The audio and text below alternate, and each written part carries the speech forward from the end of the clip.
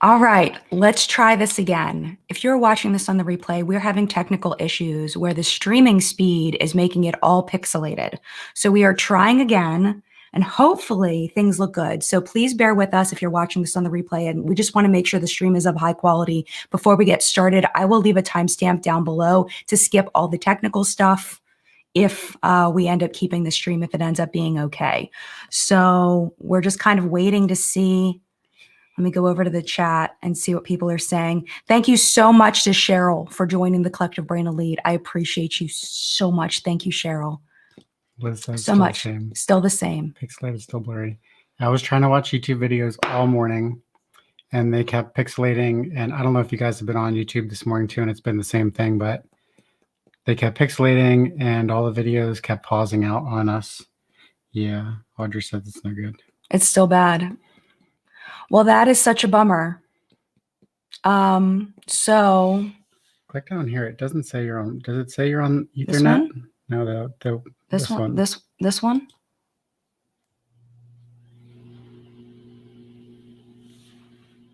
I mean, it says we have full. Yeah. Connection. Okay. We're streaming from a potato. Yeah, we're basically is what it seems like. We're streaming from a potato. Can still hear you, and the pic you shared was clear. Yeah, I think the reason why the picture was clear is because it doesn't require any like streaming. Like it's like just a so weird. Okay. It's disappointing. Yeah, it's very disappointing. Okay, so we have the choice where we can just keep going and just have it be pixelated and just talk anyway and just have it be annoyingly blurry, or we can just kill it and just not do it this week. People are saying that they want to just listen. So, okay. Your pixelated and audio and video aren't lining up. That's awful. That's so awful. I'm so sorry. Okay. All right. Oh, just talking to me. Okay. All right. So this is what we're going to do. We're just going to keep going with chat and we'll just talk. And I don't have any control over the quality. Ruby says, it's kind of ironic that this is happening on a stream talking about why people didn't tell me about YouTube. Yes. Isn't that funny? That's a perfect place to start. Okay. Except you didn't do your intro. I don't know if this is even going to stay up. Okay. Well, all right. Hey, what if we just stay really still? We don't Hello. Move. Hello.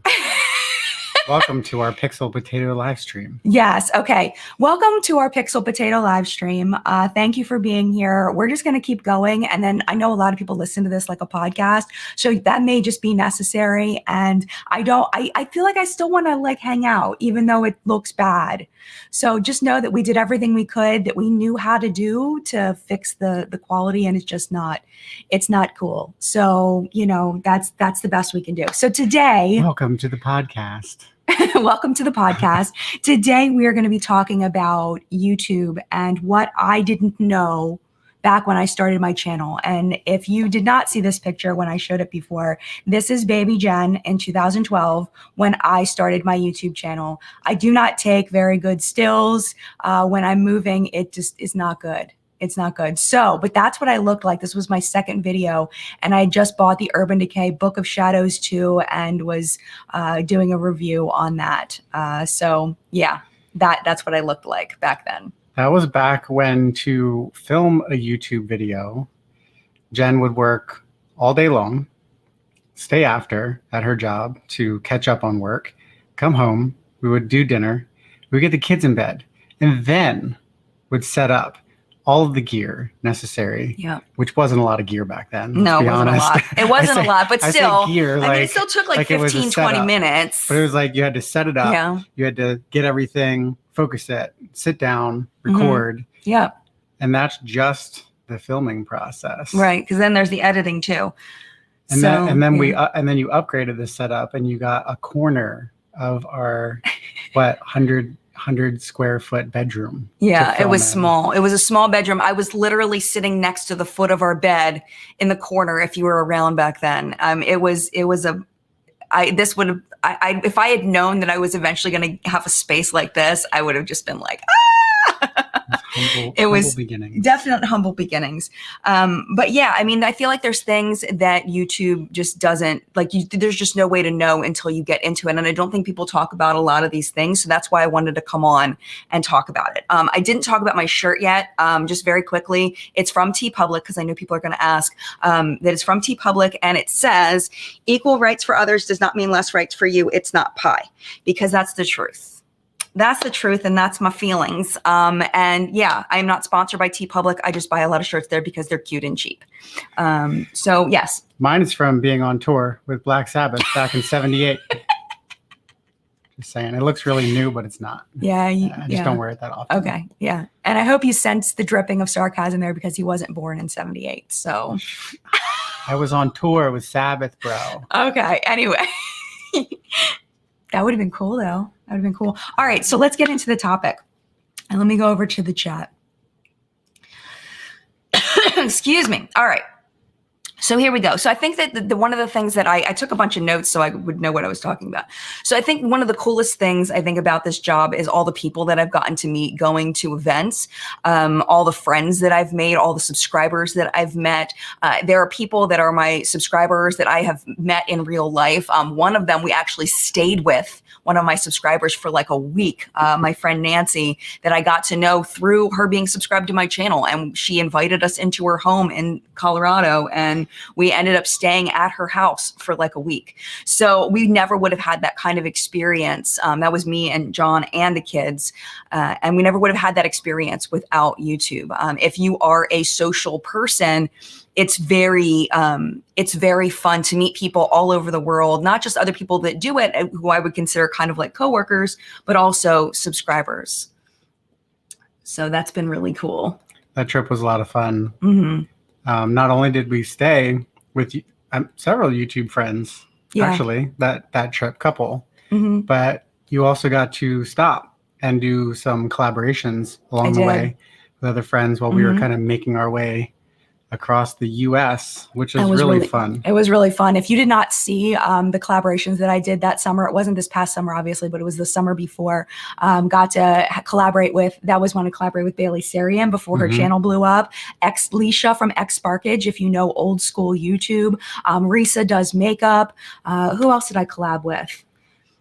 Just so many. It was so fun just traveling all over the country. And I've gotten to meet lots of people. I got to travel to meet Emily Noel 83, who was one of the first channels that I watched. I've gotten to meet Marlena Stell. These are people that were my idols that I've always looked up to, especially Marlena and Emily. And to be in their presence and sit and drink a beer and eat barbecue with Emily Noel 83 was like unbelievable. And just the joy of having that experience was something else, man. Like something else. So yes. So that's something that's really cool about doing YouTube. I think a negative to doing YouTube as far as socially though, is not having coworkers, being a social person, like not having people that you see physically every day and have one, face-to-face conversations. I think we all know, now, especially during the pandemic, that we can't get together with people. We don't see as many people. Those of us that are more social, I feel at least, that it's difficult not seeing people in person. When I do get to see people in person, it's a whole different experience. So I've missed that. Having daily interactions with coworkers has been different for me, and I don't like that part about it. SmokeyGlow, thank you so much. Hannah from SmokeyGlow is the other person that I got to collab with. I've heard other people talk about that too. Yes. About just being a YouTuber, kind of being isolated. Like I, for many, many, many, many years, have owned a tattoo studio and have worked one-on-one, meeting new people almost every single day, sometimes multiple clients per day. And then meeting other clients. And some of my favorite times and memories are not the actual tattoos themselves. It's the people that you meet, the people that you talk to, the connections that you make. And I still get that on YouTube. And that's like a huge positive to YouTube, is going down in the comments. Like, my favorite thing is going into my comments and reading, what the community is talking about. Yeah. My favorite part of Sundays is reading through the chat, sitting over there moderating, and just seeing, how much joy there is and how many people show up every week and hang out. And it really is a community. But, it's nothing can replace one-on-one kind of human in-person interaction, just physiologically, psychologically. Does that make sense? Physiologically? Well, yeah, like emotionally. Yeah, like, there's something about, in-person connection that you don't get through a screen. Right. Totally agree. And I think everybody understands that now more than ever. Totally. Totally. I love this one.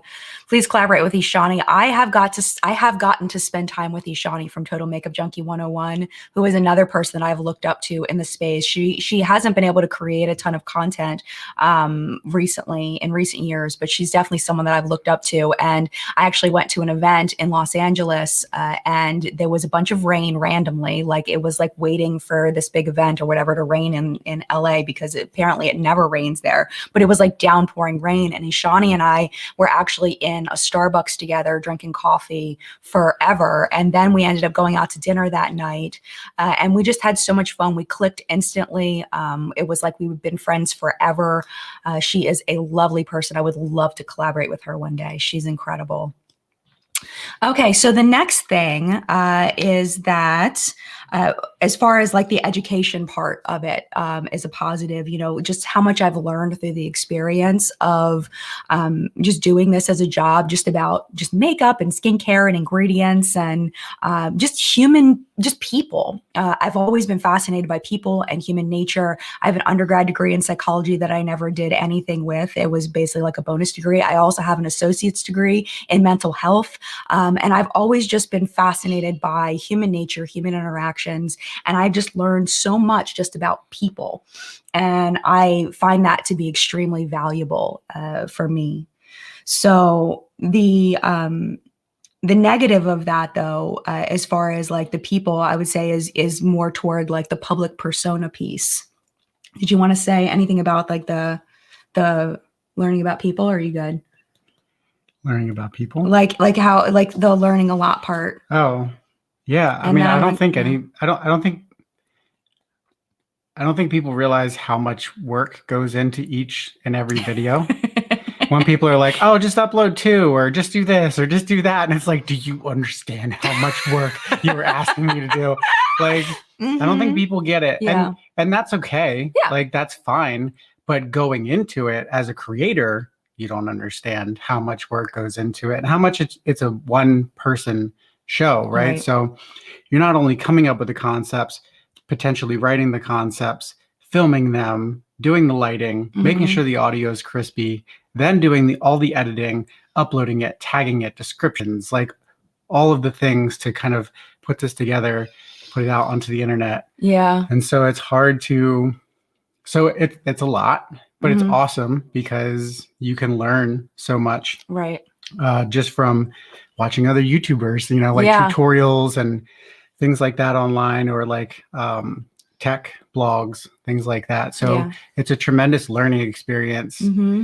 And so you can keep leveling up and keep creating better and better content. But because there's so much work that goes into it, kind of leads into one of the negatives that we'll talk about later. And that's just how attached you get to like the content and how well it performs. Oh my gosh. How you can get bummed out. Exactly.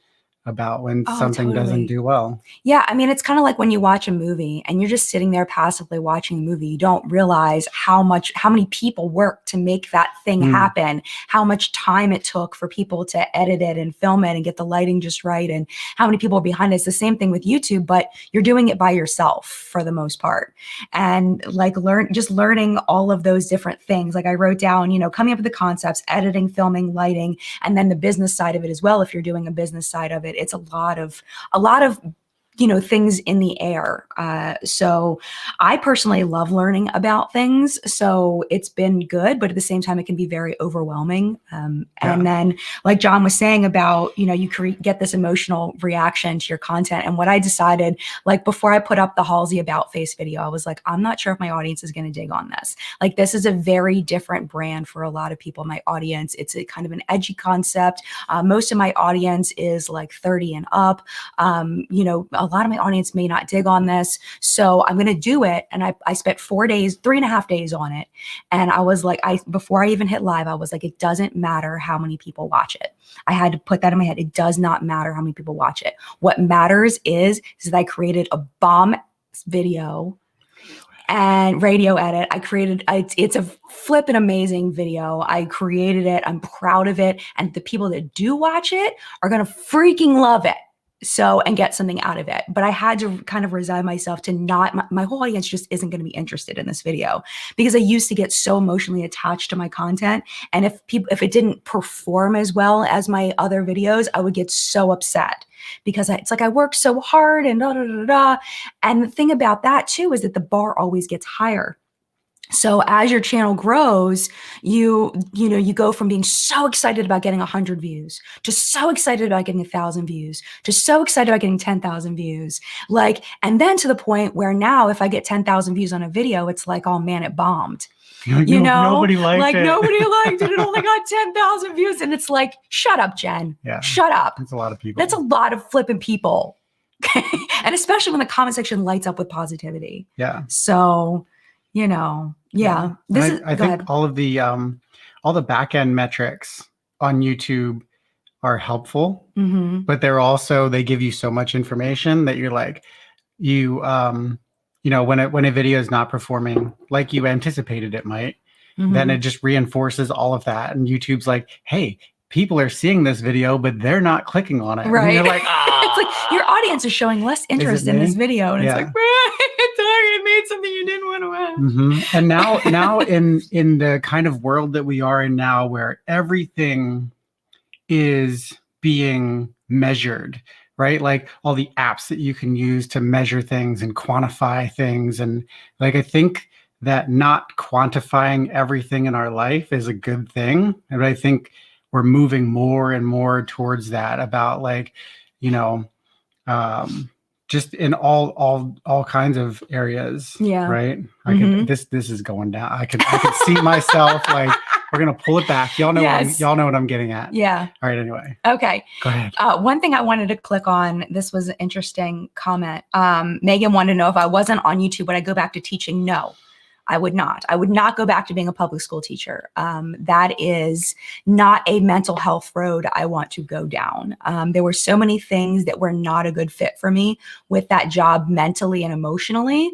But I loved the actual teaching part and the kids part. So what I would probably do if YouTube ended tomorrow and I had to do something different, first I would try to work with, build up my resume, working with brands, helping them market and develop products, something like that. Like that's kind of where I would love to go with it. But if for some reason, like I couldn't do that, I could see myself doing like a tutoring center or something like that. But I would never go back to being a public school teacher. It's not, it had definite good things that I loved about it, but it's not a job that I feel is right for me anymore.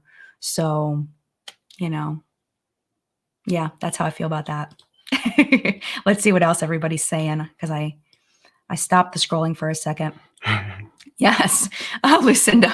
Thank you, Lucinda. YouTube is having a tantrum. We're ignoring it and just listening. Yes. If you're just joining us, yes, we know the quality is crappy, but we can't change it. So we're just talking and we're hoping that you'll just enjoy it as it is with the, yeah.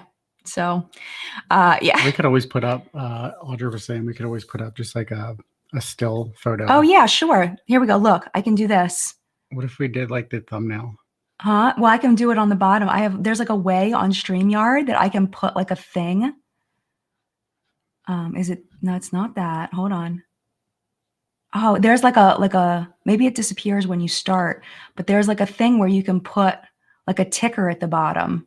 Banners. Here we go. Oh, that's not what I was Create a talking banner.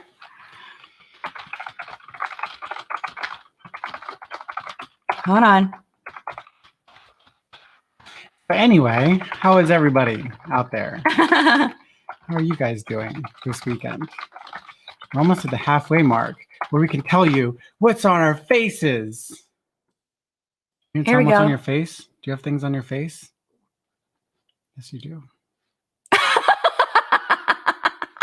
That's too big. It looks terrible. That's not what I was saying. to That do was not what I anyway. was trying to do. I was saying you could just put a still image for the instead of the blurry stream. Oh, I can put like the thumbnail. Yeah, I said Oh, sorry. Hyper focusing. that. You went off on your own thing. I went off on my own thing and I'm hyper focusing. Okay, hold on. Okay. And that way you don't have to look at our blurry faces. Here we go. We're going away now. How's that? And now we can just listen and then we can put the banner back up. Yeah. How's that? Sorry, Audra. I know you told us that like 20 minutes ago. Audra's way smarter than me. All right, let's go ahead and keep going. And hopefully this will hurt your eyeballs less. Mhm. All right, so, okay. Another positive thing about YouTube is the no commute and working from home is absolutely fabulous. Driving to and from work. There was a period of time when I was, my kids were in two separate daycare kinds of situations. My son was with my parents and my daughter was in preschool. So I would go from work, drive 30 minutes to pick up my daughter at a meeting spot, my son at a meeting spot with my parents, and then drive to my daughter's school where she was in aftercare and pick her up there. By the time I got home, it was like 6 o'clock, starting dinner. And then, like John was saying earlier, I think it was in the stream, maybe the last one, that then I would, after dinner, after putting the kids to bed, then I would start doing YouTube. So not having that atrocious commute is wonderful. And not dealing with that is great. And also, of course, during the pandemic, not having to worry about having to go out and wear masks and all of that, and putting myself at risk and the family at risk and everything, having to be out is good. And then more time with family, being able to be home with my kids while they're working on school stuff, which if you've been homeschooling your kids, that it's definitely can be a challenge. Even with a teaching degree, even with a master's degree in education, I still have trouble homeschooling my kids, just so you know. It's a difficult thing. So if you are homeschooling your kids, or if you did, definitely pat yourself on the back, because it's difficult. Well, and just the constant bombardment of trying to settle into your own work schedule. Mm-hmm. And then, the kids need something, or they're in between classes. And so it's a totally different dynamic being home with the kids, even though they are kind of doing school throughout the daytime. It's totally different dynamic at home. Yeah. Yep. I think people are thinking, because the photo on the screen is clear, if I take it off, we'll still be blurry. So here, I'll show you. See, we're probably still blurry. People are saying blurry is better. Blurry is better than having the photo. Okay. Hi, we're still here. Hello. This is the weirdest stream I think ever. All right, we're gonna go. We're gonna put the picture back up now. Bye. Okay. So anyway, I'm gonna go back out. It's one of those things. Let it be blurry. Everybody's saying they want it to be blurry now. Oh my gosh. It's like, what do you want from me? This is the trick of YouTube, is it's like, okay. They want it to be So blurry. you want it to be, hey, okay. You didn't warn me. So let me take off the thing because it looks super weird. Okay. Okay. This is one of the things that's a negative about YouTube. Okay. Is that you don't know what your audience, and you have a husband that's extremely distracting, and you have ADHD, and it's difficult to do a sentence. I'm sorry. Go ahead. What the hell was I just talking about? One of the negative things about, you were talking about the stream and not knowing what to do not knowing what your audience wants. Like, and trying to make, please stop. I love you, but please stop. Trying to figure out what your audience wants and creating that is very difficult because your whole job, your whole everything relies on making the right decisions. It's very similar to if you're producing a television show or a movie, I would imagine, you know, that whatever you do, the choices you make will make it either a good movie or a bad movie. People will either watch it or they don't watch it, your casting decisions, all of that. But it's all on you to like make those decisions so that you can keep this job, you know? Well, I think the problem there comes from, yes. Okay. So I think a major problem that people have when they're starting a YouTube channel is they're not making the content for other people, right? They're making it selfishly. They're making it for themselves.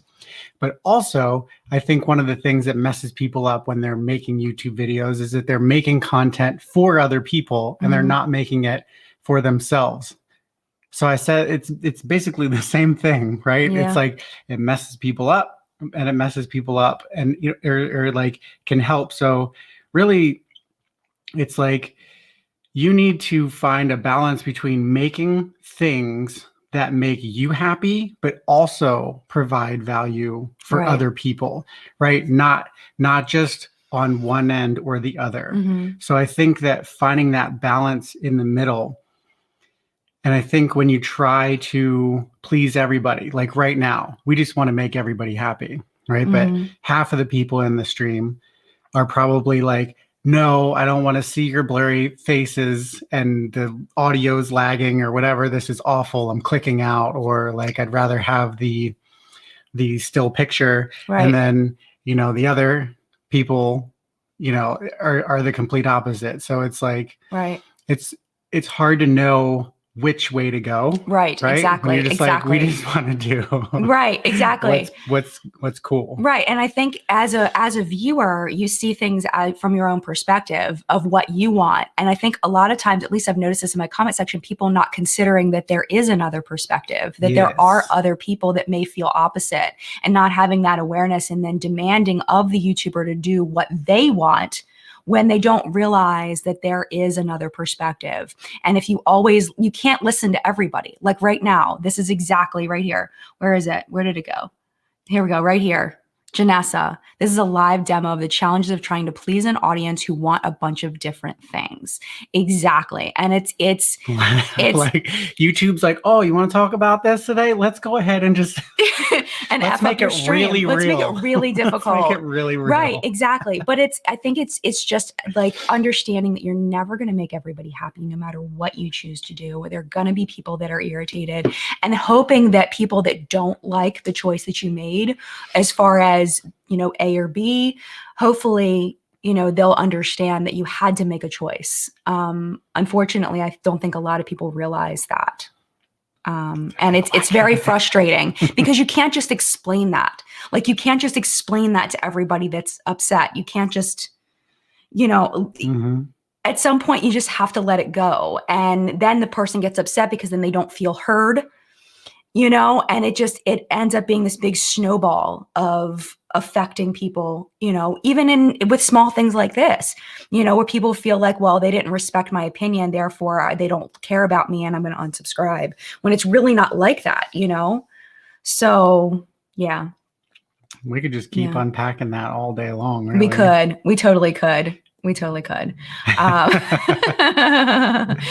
Okay. So, what's next? So let's talk about just the instability of YouTube just in general is kind of a negative, you know, and we're learning that today is just, you know, as far as, okay, so let's talk about money for a second, because, you know, when I was teaching, when I was waiting, well, not even when I was waiting tables, because waiting tables was a little more similar to this, but when I was teaching, you know, you get your paycheck, you know how much the paycheck's going to be. You're solid. It never changes. With YouTube, we rely on something called CPM, which is the how much we get paid per 1,000 views. Now they have a new metric. I forget what they call it. But the CPM includes the cut YouTube takes, because you don't keep all the money that you make off of your videos. YouTube takes like a third of it or more. I don't know the exact number. So like, let's say $10 per 1,000 views, YouTube, you may earn $6 or $7 of that. But that number changes for each video, and we don't know why. Like there's no way to know whether you're going to get a $10 CPM, a $6 CPM, or a $30 CPM. Like you never know how much is coming in. Like I worked 3.5 days on that Halsey video and I didn't know what I was going to get paid for it. So it's a little bit stressful in that. But at the same time, I personally feel like everything kind of evens out eventually. Everything kind of, okay, the organized game. Oh, hold on. Now this is the one I was clicking on. It's 55% the creator, 45% for YouTube. Gotcha. Yes. Right. But you don't know what the amount is going to be that you're getting the percentage of. Right. Exactly. Is what she was saying. And YouTube they're probably a little bit behind on that. Okay. Yeah. Yeah. YouTube doesn't provide transparency around that either. Like you don't know. You don't know why. You don't know if it's the title. Yeah. You don't know if it's the tags. You don't know if it's all of that, right? Yeah. Probably. It's the title. It's the tags. It's the how many people watch, how long they watch, the demographic of the people watching, like how many people could be potentially served ads on this video, how many ads are in the queue, how much those companies pay for the ads. Right. So many things. It's all on the back end before it ever even gets to your video of like how much they have to kind of put into that one particular instance of advertising. So yeah, that's getting like super technical. Yeah. And I think that, no matter what, like I definitely feel like I made the right choice leaving teaching, even though it is unstable on YouTube, just because number one, financially, I'm doing better than I was teaching, which is horribly sad because the teachers that I left at my school that I still think about all the time and still talk to some of them, they work so hard, and they have so much stress. They have so much more stress than I do. Hard work is relative, depending on who you talk to, but I know how hard they're working and maybe working toward goals that they don't even believe in because the school system imposes those things on them. Where with me, I get to work toward my own goals and the things that I want to accomplish and the things I want to create. And that freedom brings me mental health, where with teaching, I didn't have that. So, and I'm doing better financially than I was teaching now, which is good. But at the same time, it is, less stable. So that's a factor. Here's one thing that I'd like to add to the conversation while we're here, because I just had this thought. And it's something that comes up a lot of time with us. And I think that you can use this if you're a YouTube creator, or you could use this even if you don't make YouTube videos. And it's not getting so caught up in the short-term metrics of the things that you're doing. Right. So it's really, really easy to focus on exactly what's in front of us. Did I fail today? Did I win today? Right? And that's like an awful mindset. It is. Right?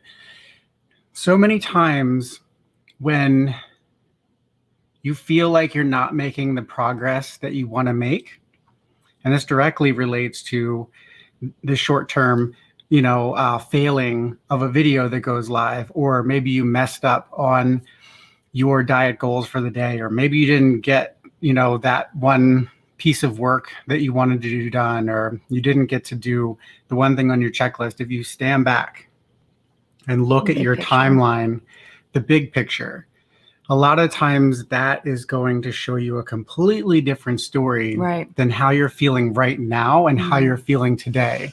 And so life is all these ups and downs and wins and losses and feelings of high and feeling of low. But if you stand back, what's the net? And you look at it, are you going this way? Like, are you trending upwards? And he has to remind me of that. Cool, keep going that way. But if you stand back and you realize that you're trending downward, then maybe reevaluate and make some changes. But we talk about this all the time, is that with all the analytics in YouTube and all the things that we can measure in life, going back to what I was talking about earlier, it's so easy to get caught up in the daily score. But that's not what a life is made of. Right. So, okay. No, that's a really good point. And that is something he reminds me of, especially at the end of the year, we're, beginning of January, where we look back at the year and,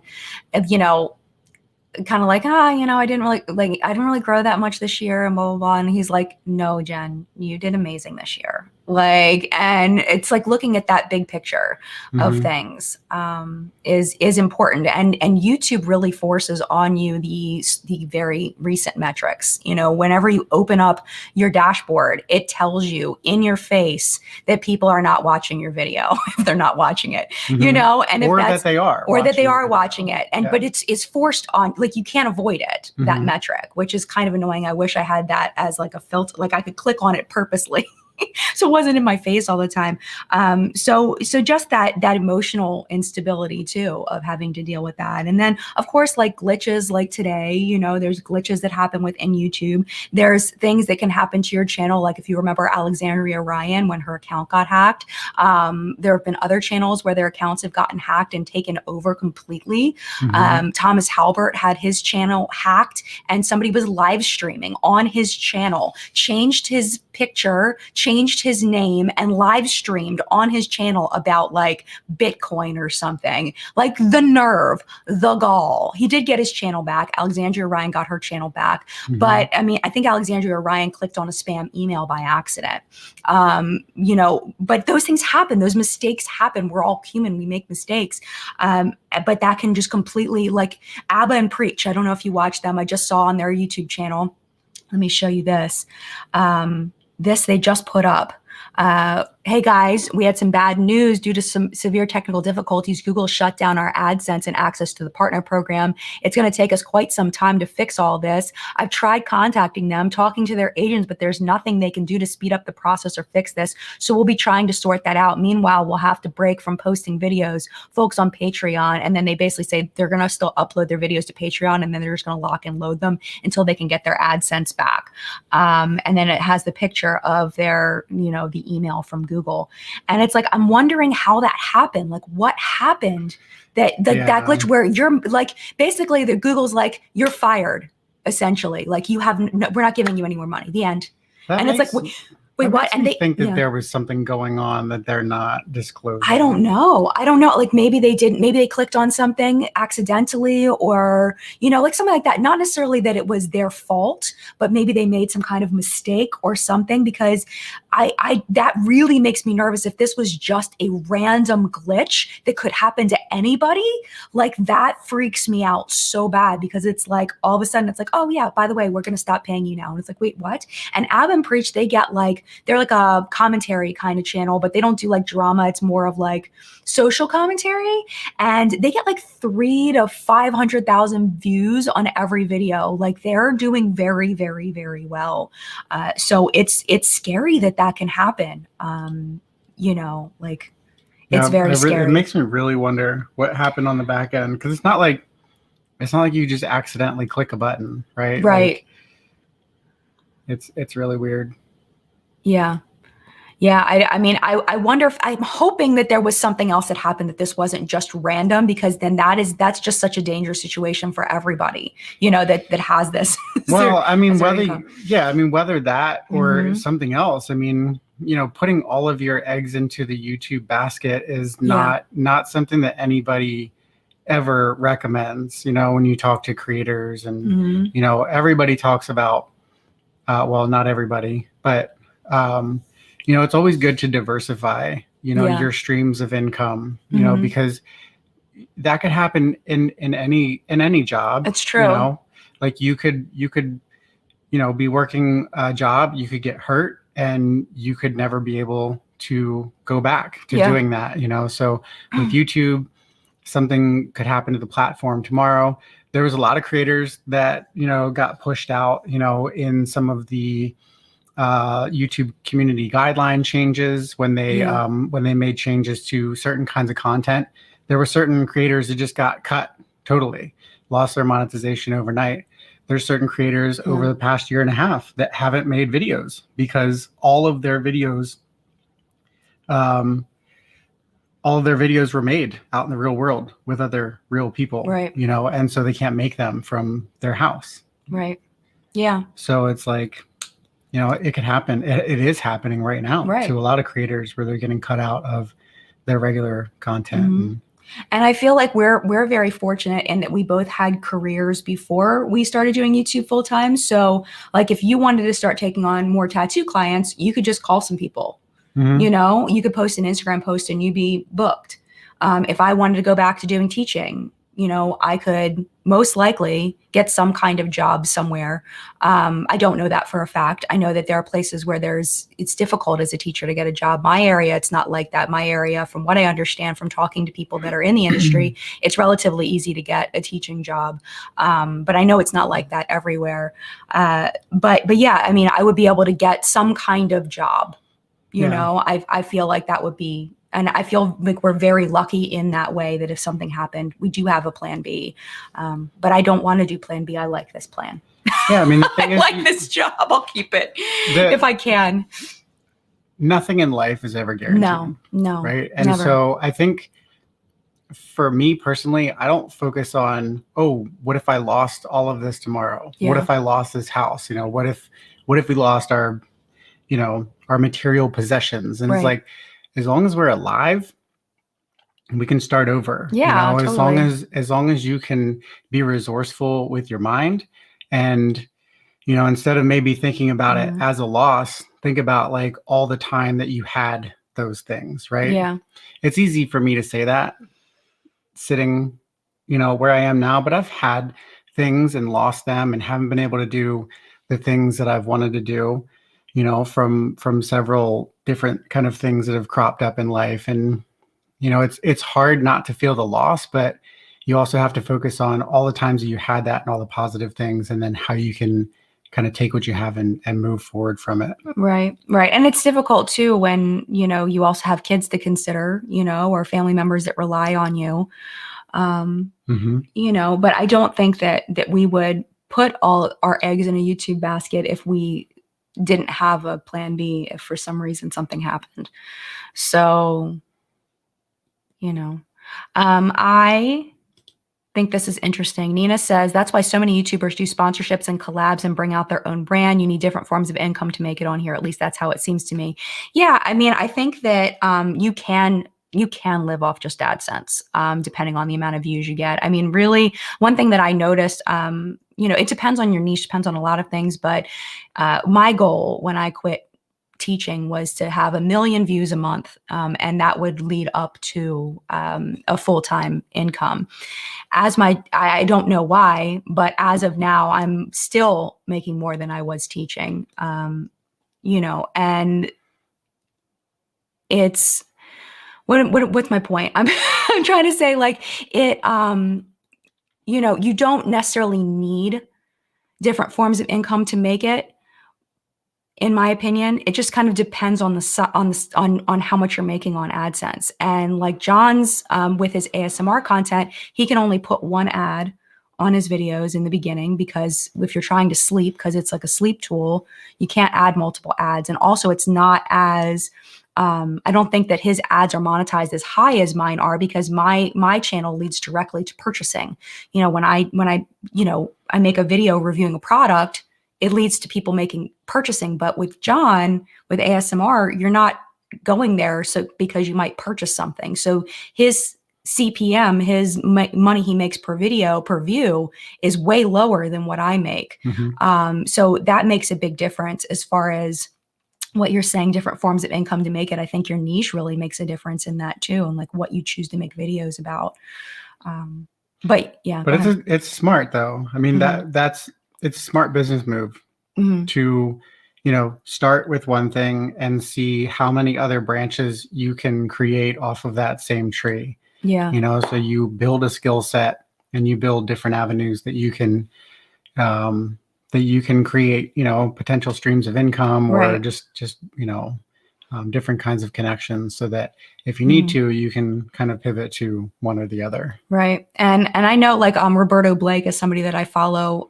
He does like YouTube tips, you know, just money tips and being self-employed and all of that. And he really stresses the multiple places to make money. And the thing with me is I I can't do lots of things. I need to focus on, my focus is on YouTube. I'm trying to do TikTok. Like before I was like I've gone through phases. YouTube's always been my main platform. But then I like tried to do Snapchat for a period of time. That failed miserably. I was not good at Snapchat. I've tried for years to do Instagram. I can't, I can't get into that platform. The only other platform I like and enjoy using is Twitter, which is mentally just exhausting sometimes. But it's so easy to just type something and send, and participate. That's the problem with Twitter. That is the problem with Twitter. You're right. You're absolutely right. That is the problem. But yeah, so now I'm trying to do TikTok. I have 2 TikToks up. One of them was made for TikTok. The other one was just a screen, grab of one of my videos that I put up. So I'm hoping I'll be able to do that, but it's hard for me personally to try different things because it gets too overwhelming. I got to do this and this and this and this and this and this and this and it's like, and then I end up doing nothing. Is where I'm at. But I do know that I need to like diversify more. Definitely. In case you missed this, I don't know if we mentioned it in this stream. John has an ASMR channel called Certified Mood ASMR. And if you don't know what ASMR is, it's a quick Google search away. It's too difficult to explain. It's basically relaxation videos is what it comes down to. It's like some people love it. Some people hate it. I love it. It's like all the oddly satisfying stuff. Mm-hmm. So there's different kinds of ASMR. There's role play. There's the oddly satisfying kind of visual and sound triggers and stuff like that. And I do a little bit of a mix on my channel. A little bit of humor, a little bit of philosophy, because, that's just who I am. Yeah. And lots of cool, visual and audio. Audio. Yeah. That's not even a word. Lots of audio visual stimulation. Yes. My TikTok is just Jen Loves Reviews. Because I needed to grab that because I don't want anybody else to have it. And then I realized you can only have one. You can't have multiple TikToks, I don't think. I think you can just have one because it's hooked to your phone number. And like you can't, they need to change that. So I can do like a cooking one. That would be fun. I would love that. I've seen a few people ask about YouTube Premium. And yes, creators still get paid if you have YouTube Premium. YouTube Premium is a good value if you are watching a lot of YouTube. It's a subscription you pay every month. You don't get served any ads. The creators actually do get paid. We see a breakdown in our back end of how much ad revenue we got, and then how much like YouTube Premium revenue we got. And I'm not sure exactly what the percentages are, but it still counts. So yeah, definitely. And we have a separate metric that's in there that says specifically how many views we got off YouTube Premium and how much money we've earned off of YouTube Premium. So I don't know how that relates to like how much we make off of a premium view versus a not premium view. Yeah. But I've heard that premium views are monetized higher, but I don't know that for a fact. Okay, so before we go to the next thing, I want to take a quick break and just tell you what's on my face. So here we go. All right. So I have, in tribute to Becca, R.I.P. in the near future, I have the Becca Jaclyn Hill palette, and this is what I used all over my face today. So I used, you guys remember those? This is very special to me because I actually bought this at a meetup. And I think this was my Kansas City meetup is where I bought this. We all went to Sephora together. This was many years ago. I guess it was 2015, 2016, somewhere in there. And yeah, I guess it must have been 2015. Anyway, so on my eyes today, I have this shade here, and then I tapped it with Prosecco Pop. And then on my cheeks, I have this one here and a little bit of, Champagne Pop on my cheeks. And that's what's on my eyes today. And then on my face, we talked about this in What's Up in Makeup, the Essence Pretty Natural Hydrating Foundation. I'm still testing this. This was PR. This, of course, was purchased. And this was PR on my lips today. I've been loving this shade lately. This is the shade Topless by Laura Lee Los Angeles. These are on sale for $7 right now. They're a really nice formula. They're a little bit on the drier side, but not ridiculously dry. Like they're not very uncomfortable, but they definitely dry down. I did top it today with the new ABH gloss. This is purchased. This is the one that smells like peaches. It smells amazing. This is the glass clear one, and I really love this a lot. And on your face today. On my face today, I don't have anything. Oh, I I love chapstick, and my lips have been messed up lately. Yeah. I don't usually use this. I really like. He grabbed it out of my drawer. That's why he has a little bit of a tint on his lips. He didn't realize. I don't mind the tint, but yeah, it does have like a little tint heart on there. Yeah. This is Too Faced Peach Bloom. Yeah. It smells and tastes really good. It's in Pink Whisper. Yes. I have been really liking the Beekman 1908. 1802. 1802. The Beekman 1802 Yeah. goat milk lip balms. But my number one go-to recently for my lips has been the Jack Black Shea Butter one. And well, hold on a second. You're leaving me. I know I have too much stuff on the floor. And then this rolls into okay, last week on What's Up in Makeup, Yeah. there was a story about like Zoom dysphoria. What was it called? Yeah, Zoom dysphoria. Yo, looking at your face all day editing makes you like really critique. But now I've been using this a lot lately. This is the Uma Beauty Woke Concealer in Fair Lady. That's my shade apparently. But like I get like little blemishes here and there, and I'll like touch them up with this. So like I got this little like zit or something here. Is that too much information? No, it's not. Yes. So like this, I don't really like doing like a face of makeup, but a little bit of concealer for like little blemishes and stuff like that, I find to be helpful, especially if I'm going on camera. It makes me feel Yes. better. And I actually purchased this a little too deep for me, so it's perfect for him. You can have that because it's too deep for me. I just leave it down here and use your mirror in the mornings. Yes. Yes. But that's it. But then I got Essie polish. Yeah. Using his glossy polish. Oh, you don't have your nails on. I don't have my nails on. I took my nails off. I'm about to try, you know, those Instagram nails, it's like O'Hara or something like that, where they're like the gel stickers. I bought a bunch of those and I'm going to try those out and see how they go. They're like the ones where you like put the sticker on and then you set them with the light. That's my next adventure with my nails. So yes, if you're just joining, it's blurry because there's a connectivity issue with YouTube and we're just going with it. Just going with it.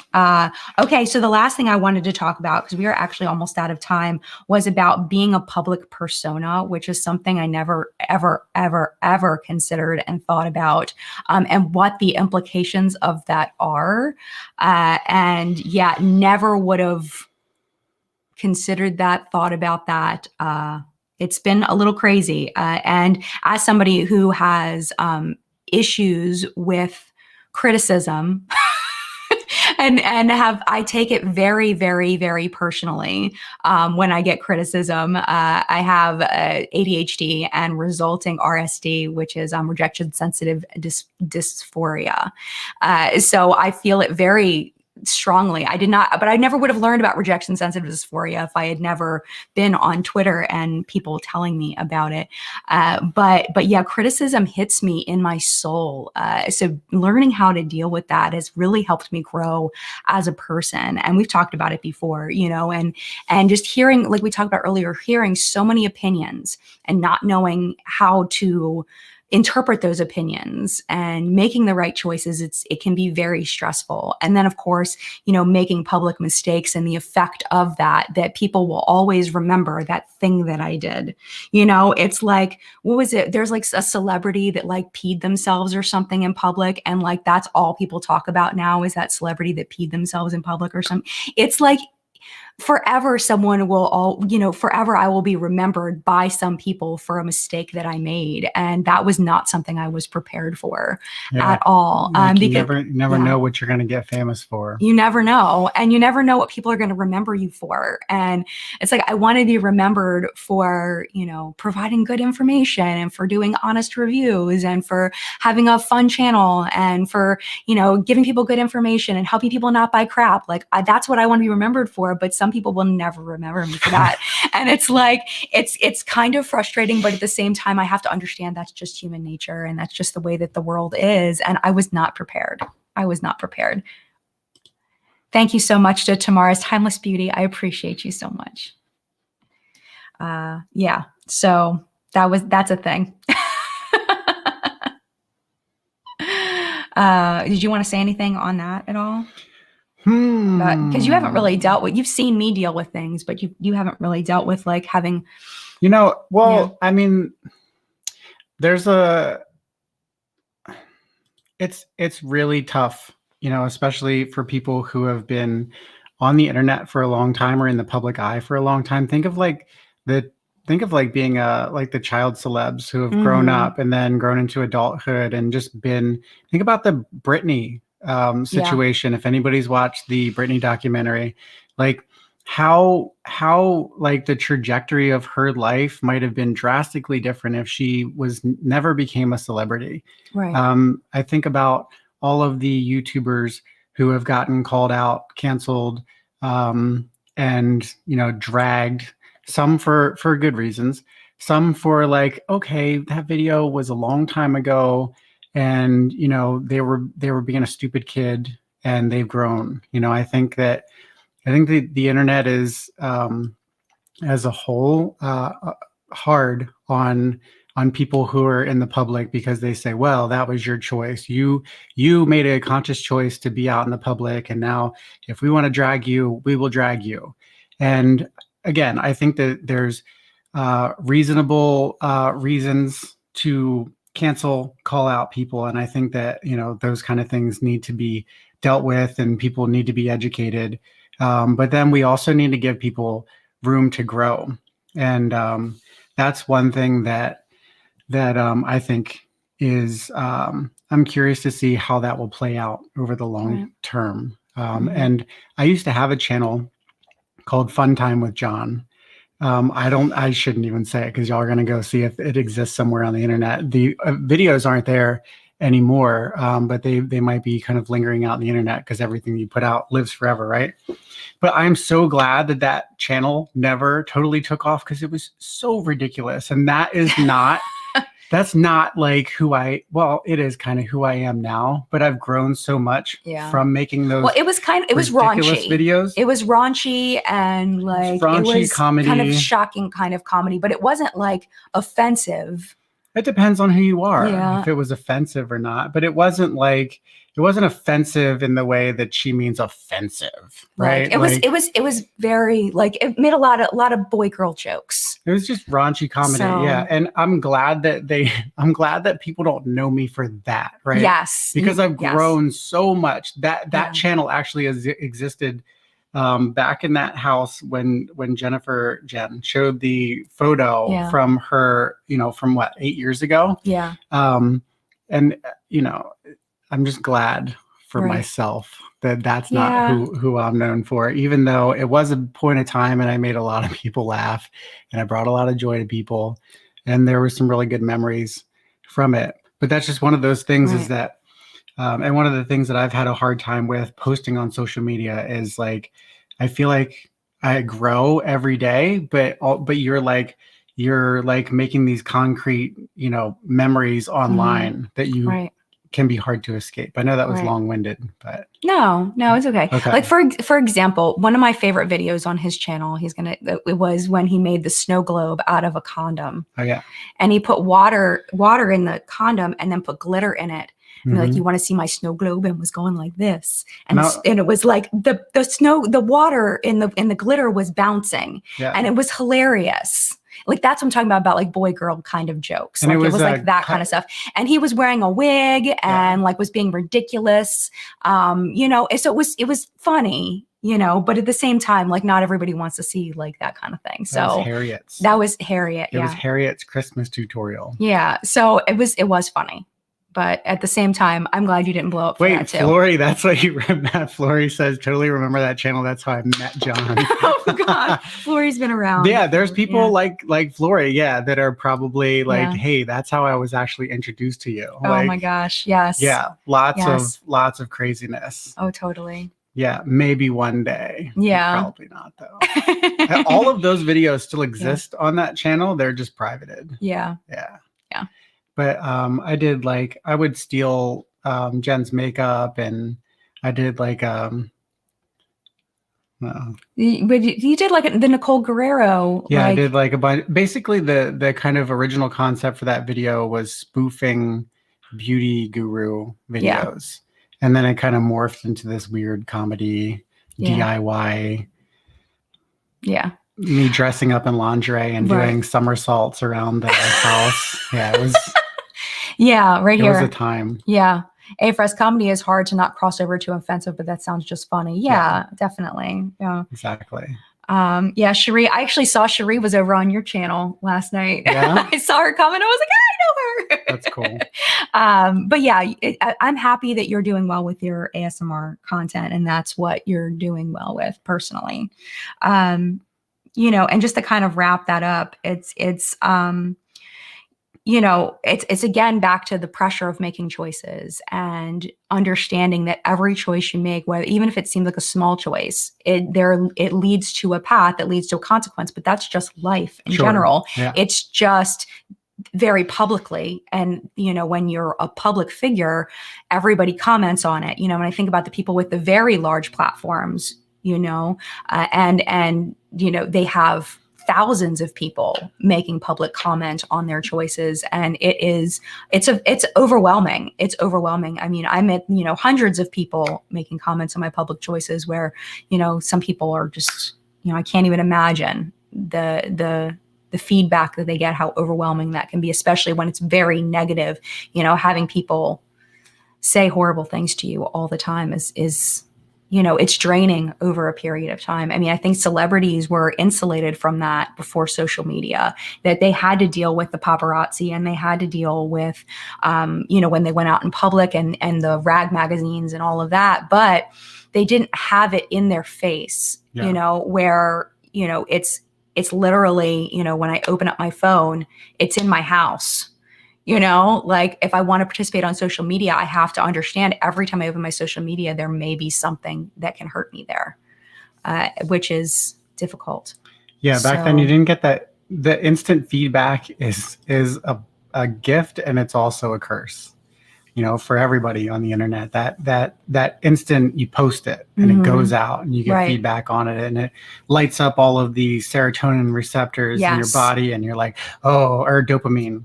And, you know, you get this like dopamine flood, and then it kind of takes you on this roller coaster of highs and lows. And, you know, it's like, it's such a gift and a curse. Yes. Yes. Because then you get the positive, Yeah. You know, you get the positive feedback of people who love what you're doing, love what you're creating. But you never know whether you're going to get something positive when you open up your social media, or whether you're going to get something negative. And it's very stressful.